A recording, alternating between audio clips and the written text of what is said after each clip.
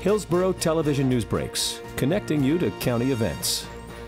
Today, I welcome all of you to recognize National Crime Victims' Rights Week. I'm happy to see so many of our community leaders here.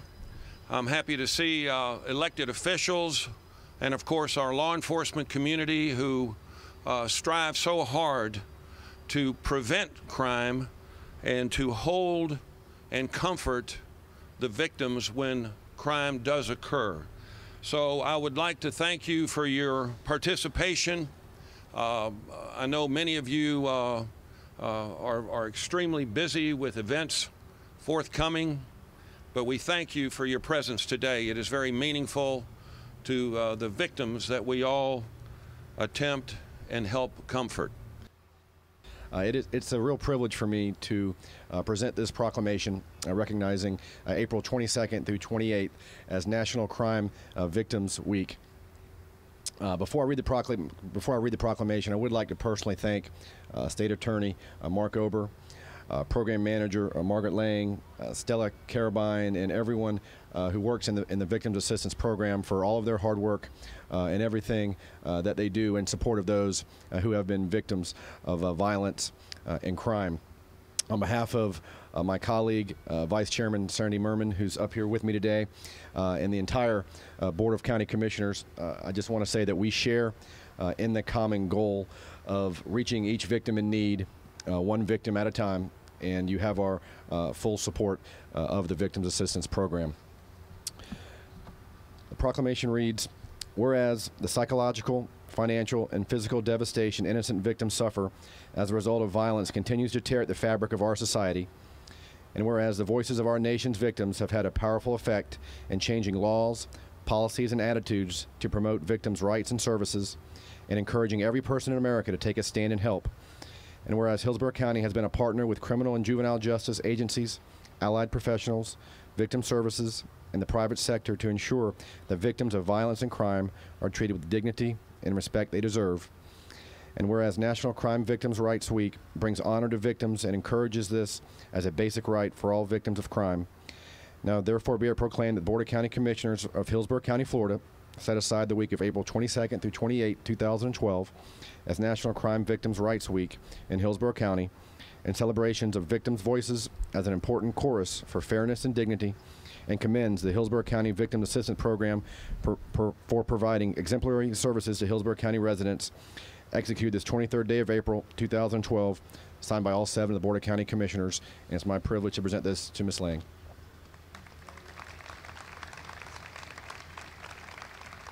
You know, I look around and being from Hillsborough County and prosecuting here for so many years, I will tell you, being around this state constantly, what makes us different than any other county in this state is what I'm looking at in the audience. We have our great public defender, Julie Holt, sitting here joining forces with the best state attorney in the world, Mark Ober. But that's what it's about.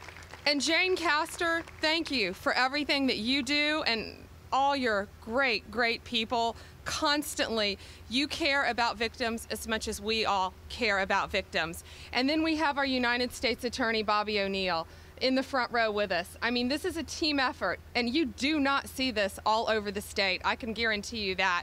And that's what makes us so unique. And working well with the Florida Department of Law Enforcement and the Sheriff's Office. We all work so well together. And that is truly a reflection on how our victims are treated.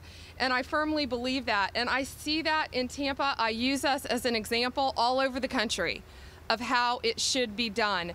And that's thanks to our great partnership with everyone. Thank you all so much for being here and supporting victims' rights. As a prosecutor for so long, I've firsthand gotten to see the work that Margaret Lang and our great victims advocates have done for victims of violent crime and all crime. And not only that, we have to include our investigators from the state attorney's office who work hand in hand with the victims advocates and with our prosecutors who go, I still think I'm a prosecutor, I'm sorry, I wish I was, with the prosecutors who go to the crime scenes constantly. because this is a team effort. And unless you're in this business, I think it's truly hard to understand what these victims of crime go through and how having a hand to guide them through the legal system makes all the world of difference to them and to their families, because many of these are violent homicides. And dealing and helping the victims' families cope with this system is so very, very important. And the founders of the victims' rights movement, they wanted justice for all victims, regardless of who they are or where they live. These rights and services should be allowed to all victims in the aftermath of a crime. The National Crime Victims' Rights Week was first observed in 1981. And we have made great, great progress over the past decades to help victims and their families. But we know there is still much more that needs to be done. Every day, we hear of the horrific stories of people who are harmed by criminals. And the interesting thing is, so many of these crimes, everything that you do and all of these victims and their families, much of it never makes the news. Much of it. All we hear about are the high-profile cases. But there are so many victims of crime who I firmly believe could not get through this process without our great advocates, without our great law enforcement, and without the other side working to make sure that they're treated with dignity as well. And that's so very important. And that's what we've been committed to in the state of Florida. And we will continue to commit to be protected victims of all these crimes. The Florida Constitution includes a Crime Victims Bill of Rights, and that states, victims of crimes or their lawful representatives, including the next of kin of homicide victims, are entitled to the right to be informed, to be present, and to be heard when all relevant and crucial stages of the criminal proceedings are going on, to the extent that these rights do not interfere with the constitutional rights of the accused. And that's what is so important here today. That's what we are doing in Hillsborough County. We're doing it around the state. I'll be speaking in Tallahassee at the statewide event. But truly in Hillsborough County, we are a role model for the rest of the state. And I know we will continue to be, because we have to stop, we have to protect our victims, and we have to fight against those who prey on others, and we will continue to do that. And also, again, thank you to the County Commission and for giving us the funding to do this, to protect our victims. Thank you all for having me here today, and thank you for everything that you do. Everywhere I go, again, I talk about Hillsborough County, and we are truly a prototype, not only for the state, but for this nation. And I'm so proud to still call Mark Ober my boss and be a former prosecutor. Thank you all so much for everything you do. Hello. I'm very honored to be here today. In 2009, I was attacked by my estranged husband, and that day I did become a victim. However, you know, in the hospital a few weeks later, it was I that decided that I would become a survivor. And I was able to not only become that survivor and survive, but also thrive because of the support, the tremendous support of this entire community. I will always continue to say that and always credit the community for that. With that support came Margaret Lang, who is an incredible woman that does an incredible job. She is a woman who basically did everything for me except for my homework. Like, she was willing to do anything and everything. She was there when the snot was coming out of my nose with the tissue. She's probably still there. Well, no, she's not guarding my purse, but that's all right. I'll get her later. She's normally guarding my purse, and she just guided me through this entire system that I was somewhat familiar with, but not entirely familiar with. Incredibly supportive woman, and knows what she is doing and is passionate about what she's doing, along with many other people that work for the county here. You know, I kept thinking about extending the vision and reaching every victim. And what's really laying hard on my heart today is what a lot of people don't know about me is that my brother was convicted of double homicide when he was 19 years old in the state of Texas, and now is on death row and has been there for about 13 years.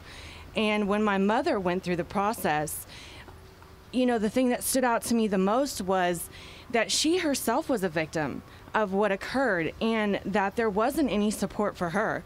So my real hope for today and for our future is that somehow, some way we can find the funding to support those people as well, because they too are victims of these crimes, and it can be extremely devastating to a family no matter what side you're on. So that is my hope and my vision, and I do once again want to commend the entire county and the entire community for standing beside me and behind me 100%. And I thank you for having me today, and I apologize I've got to get out of the sun, but thank you so much. I'm honored to be here today, and I'm so thankful that I was asked to speak on behalf of all victims. For those of us who have been to court only to serve jury duty, being a crime victim can be daunting and even scary. But to have an advocate, and in my case, I was blessed to have Donna Wilson, it is priceless. For the past 2.5 years, she has been a helpful navigator in the delays, the courtroom decorum. She provided notification to me on all hearings and any time there was a change. And her knowledge of the courtroom personnel was insightful and could only be gained through her years of experience as a victim's advocate.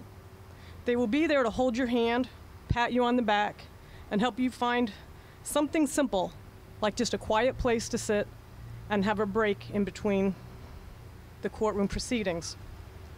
But they need more tools to help us, the victims, navigate the legal process. We do have a few rights, the victims do, in Florida, but we are not the nation's leader yet.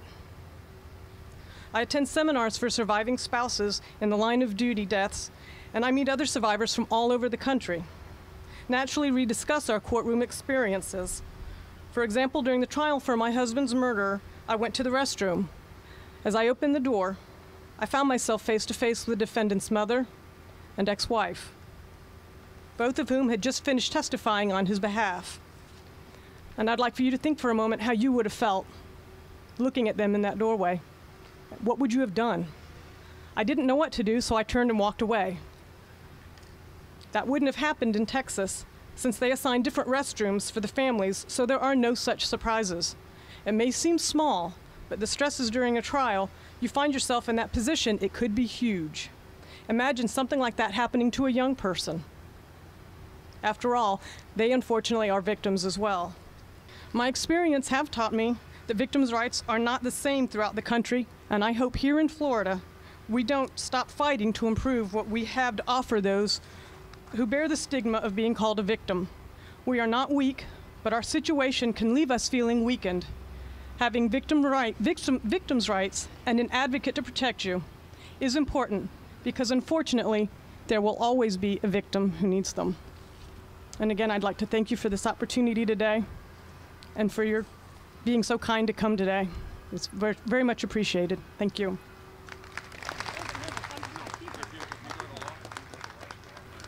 I would like to thank, in closing, everyone who participated in this ceremony and helped acknowledge National Crime Victims' Rights Week. I want to thank those who helped in the planning and those who are here today to continue to show support for crime victims everywhere. Unfortunately, crime creates victims every day. The volume that we see in the law enforcement community is staggering. But it is encouraging and inspirational to know that when a crime occurs, there is help available to the victims. And the communication of that help is exponential. When you leave here, please tell the community, please tell the individuals that tell you, perhaps in passing, that we have help. You do not need to walk and charter your efforts alone. We appreciate what you've done today. We appreciate the kind assistance that are the aftermath of violence. Please take a moment before you leave today. As you can see to my left, we have pavilions, booths with information that you can help pass the word. Let's continue as we have to help the victims of crime. Thank you so kindly for your presence today. I was in the darkness. I was out in the cold. Seen nothing could heal this hole in my soul. You reached out your hands to me, held out your heart to me, pulled me back from the edge. Thought I'd reach the end when I was drowning, when I was so confused. You pulled me through. I was in the shadows, lost with nothing left to lose. You pulled me through.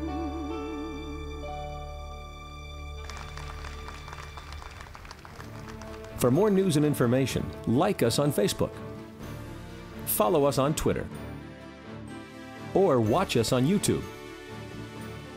This program was brought to you by Hillsborough Television. Visit our website at htvonline.org.